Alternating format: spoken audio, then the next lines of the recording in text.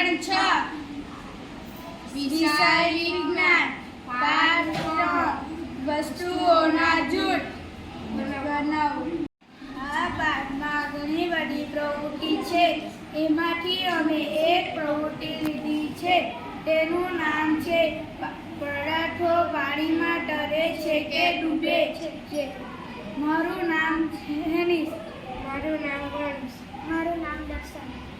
હવે પ્રવૃત્તિ આપેલા પદાર્થો પાણીમાં તરે છે કે ડૂબે તેનું નિરીક્ષણ કરીશું।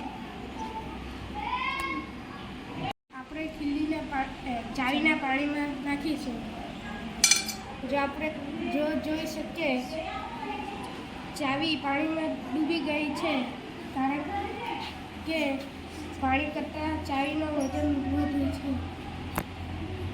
હવે ખીલીને પાણીમાં નાખીશું। જો જોઈ શકીએ ખીલી પાણીમાં ડૂબી ગઈ છે કે ખીલીનું વજન પાણી કરતાં ભારે છે। હવે આપણે ફૂલ નાખીશું। ફૂલનો વજન હલકો હોવાથી તે પાણીમાં તરશે। હવે આપણે લાકડું નાખીશું। તેનો વજન હલકો હોવાથી તે પાણીમાં તરશે। કાચને પાણીમાં નાખવાથી તે પાણીમાં ડૂબી જાય છે। તે પાણી કરતાં ભારે હોવાથી તે ડૂબી જાય છે। થર્મોકોલને આપણે પાણીમાં નાખીશું, કારણ કે થર્મોકોલ પાણી કરતાં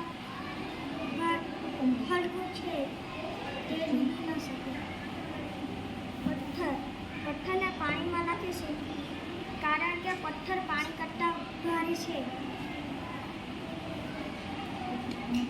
તેથી પાણીમાં ડૂબી જાય છે। આ પ્રવૃત્તિ પરથી કહી શકીએ છીએ કે જે પદાર્થો વજનમાં ભારે હોય છે તેના નામ ખીલી, ચાવી અને પથ્થર।